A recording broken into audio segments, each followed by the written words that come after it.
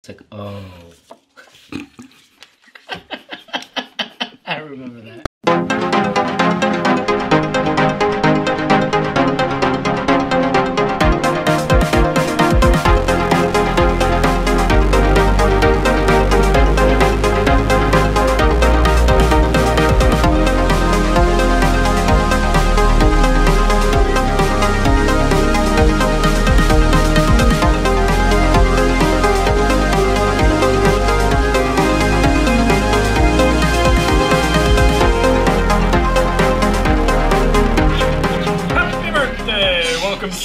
Public.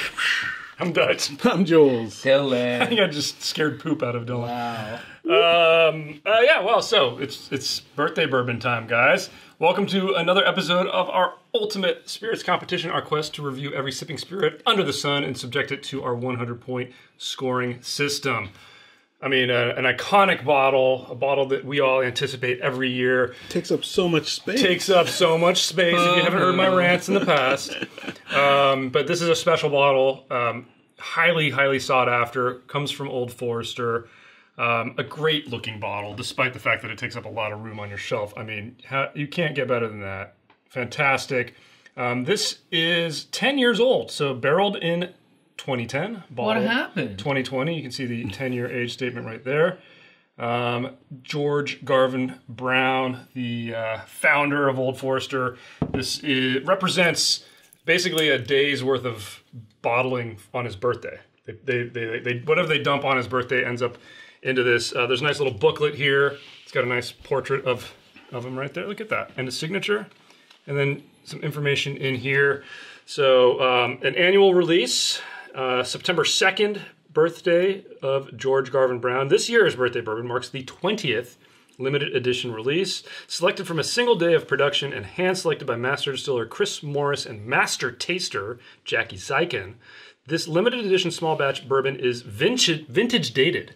Vintage dated. That's the new way of saying age stated. Wow. I cannot. I mean, like, hats off to PR. Yeah. Marketing, man. That's amazing. Come with all kinds of words. Yeah. And there's, it says one of a kind flavor, and then we got some tasting notes, which we're going to ignore and do our own tasting. So, birthday bourbon. Any preconceived notions? The proof has dropped down. The age statement has dropped down.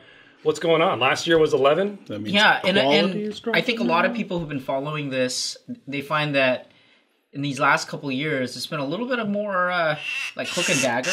They're not really releasing the details of the bottling and things like that. Yeah. I think they said 95 barrels were barreled on that date, June 5th, 2010. And, I wonder what's going on. My theory is that the reason why they had to reduce the age from traditionally 12 years down to 10 was because I personally think it's because of the Statesman.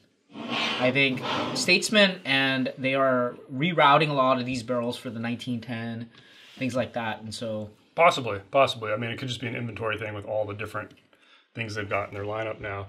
And I misspoke earlier. Not everything dumped on the same day. Everything barreled on the same day. Yeah. So. And then I just wonder, like, I don't understand the changes in proof. Also, well, I think the goal of this one is always to get those spices coming through. I mean, every birthday bourbon always has a lot of good spice profile to it, and I think the master distiller will basically work and say, okay, at what proof are those coming out the most clear?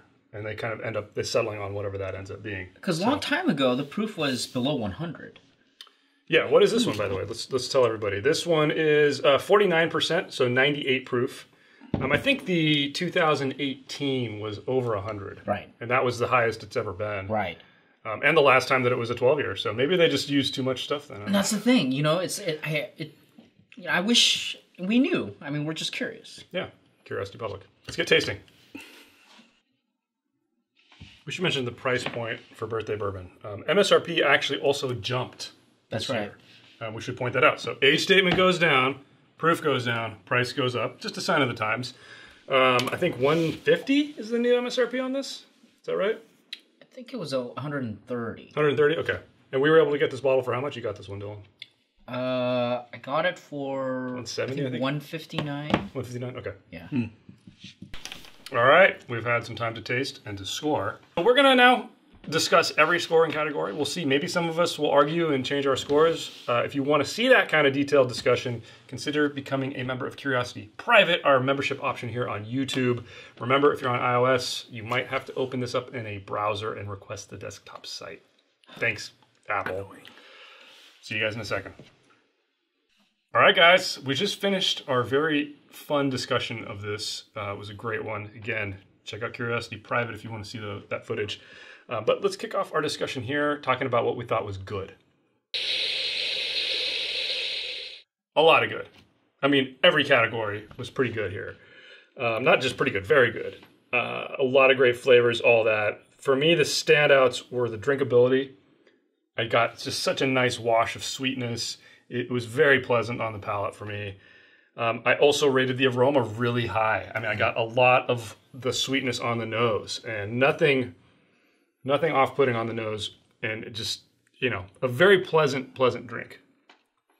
Yeah, no, a lot of good for me too, with the aroma especially, but also I like the complexity of this dram. I mean, there were a lot of great stuff happening, from the sweet and stuff, and spice. If anything, the only thing that I thought was a little bit lacking, again, nitpicking, is just more on like the jam fruit side for me. But otherwise, I mean, this thing had all the complex flavors you'd want. Yeah, so flavor, that's what I'm looking at. You can't skip over that, right? Yeah. It's great. The reason why you buy a birthday bourbon, because it has a very specific flavor profile. And that's the cinnamon, right? That's the cake. Yeah. That's the baking spice, Christmas flavors. This is why you get it. And they do this on purpose, right? And, I would say because you get a lot of that jam, because you get that cinnamon spice, because you get that just well-rounded, fruity flavor, this is why this stands out. And I understand why people love it. And they always want a bottle on their shelf. Yeah. Even though they complain about the bottle? Yeah, that's true. Well, speaking of complaints, let's move on to what we thought was bad. Very hard to find anything bad about this. Mm-hmm. We're going to save value for the final discussion, so let's not touch on that. But nitpicking here, the body I thought was a little bit lacking. It felt a little bit thin on the palate. I also thought, I kind of tied that in with finish. I know one of you guys I think is going to talk about finish, but the finish did drop off a little quick as well, and I think that affected my ability to analyze the body of it. I mean, the heft in your mouth when you're sipping on this just feels a little bit thin, especially in relation to some of the past releases. Right. No, yeah, again, not a lot bad, and I am nitpicking, but mostly on the drinkability, because there were times when it would just like be really hot for me, I didn't get that at all. Yeah, I don't know, and it just made it almost undrinkable, but still good. Undrinkable. This is insane. I mean, I do agree. Again, describe it somehow. Look, this is really nitpicking, but I would say the finish. I still scored it 8 out of 10, but I think the problem is it's not as long, but it's very tasty, right? So that's you know why it's hard is because you really want this finish to last long. Yeah, it's good, right? Yeah. So it's not as long, and then the drinkability. You get the jam in the stews, but it's weird. I wanted to move on. And I wanted something stronger. And so that's kind of where we're at. That's every time you drink something under 100 proof. Yeah, that's true. Still, man. All right, guys, let's move on to discuss the value. We actually all were pretty close here. I mean, low marks. But What would you pay for this? I mean, I'm still willing to pay MSRP for this, around $150. And I'll still buy one because it's a nice one to have on the shelf. I like adding it to the collection. I wasn't able to get it this year or last year, but I do like it. And at $150-ish, maybe plus or minus 10 or 20 bucks, I'm pretty happy with it. I'm saying pass on this release. If you've already got 2018, 2019, stay with that. You'll be happy, if not more happy. What would you pay for it? 100 bucks? You pay 100 Yeah, bucks. I pay 100 Would you pay 150 MSRP? No. Really? I would not pay. Really? You're passing if you see this MSRP? Okay. Yeah, I am passing. If you can even find out 150. True. But yeah. Okay. I think this is worth $75. And here's why. Basically, it's a age-stated statesman for me. Yeah. And a statesman's about $59, okay? So you add a couple more bucks for the 10-year. And I wanted them to do an exercise. take away the hype. Pour this in a nondescript decanter. Think about what you're getting. You're getting a 10-year Old Forester below 100 proof. Okay? 10-year Old Forester under 100 proof. How much are you going to spend? $1,000? No. Come on, folks. But I mean, And I think 75 is the right price. I agree. 75 is the right price, but I would still pay 150 because it's birthday bourbon. Every year I want to try it. You know, so it's hard to divorce the hype. Right. Were they dropping proof? And I scored it a 1. I scored it a 1. Right. I mean, I didn't score it high. Yeah, but were they dropping proof? Were they dropping age? It's frustrating. And less transparency? So here's an interesting experiment. What do you think it would be like if you blended Statesman with some 1920? I don't know. I don't think it's gonna. Nothing's gonna come out. 1920 has that wood flavor, and it's gonna kind of mess up the spice of the Statesman. I don't think that's gonna work out. You just want 100 proof Statesman or 110 proof Statesman. I don't know. Like those kind of blends don't work really well. Remember, like the poor man's Pappy blends. And all the that 1915 is the other one that people rave about. Yeah, I know. Yeah. All right, guys. Fun discussion, but let's get to our scores. And we do have a 100-point grading system across 10 categories that include aroma, flavor, body, complexity, balance, finish, uniqueness, drinkability, aesthetics, and value. Now, we do weigh flavor more at 20 points, and aesthetics and value a half at 5 points each. And we also give a medal if they score above a 60. All right, guys. I gave this a 79. I gave this a 78.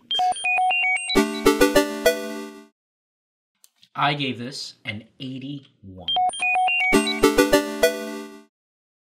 Not enough. Which gives us our official Curiosity Public score for the 2020 Birthday Bourbon from Old Forester. Just barely a silver, not a gold. 79. I phrased that completely wrong. It's not a gold. It's not a gold. It's a strong silver. Almost a gold is what I was trying to say.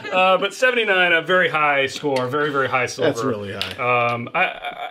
I think that's about right. I feel like other years it would bump it into that gold medal range. Yep. This year, it's a silver. I mean, just barely. Yeah. Yeah. I agree with the score. Fair score. Yeah. Fair score. Yeah. 79 is a fair score. It's hard for me to... I mean, I gave it a gold. You gave it but it's a very low gold.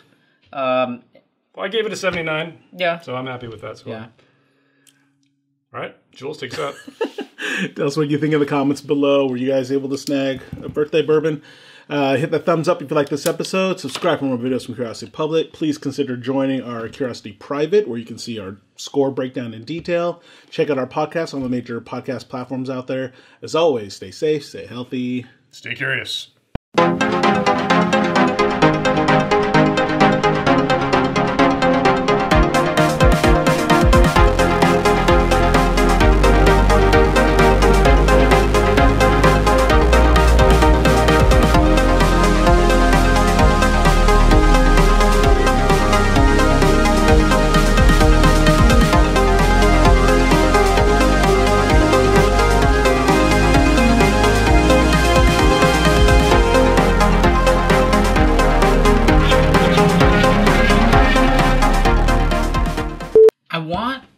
Somebody in the bourbon world to come out and tell me who bought this at secondary prices. They're no one's gonna completionists. No one's gonna. And I want to know why. If you had, there's 20 releases. If you had all the other 19 and you couldn't get it unless you paid $300, you would do it. You would totally do it.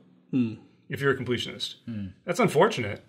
I think it just sucks that. You know, we're getting a lower age statement, we're getting a lower proof, and you can tell. You're getting an increased price.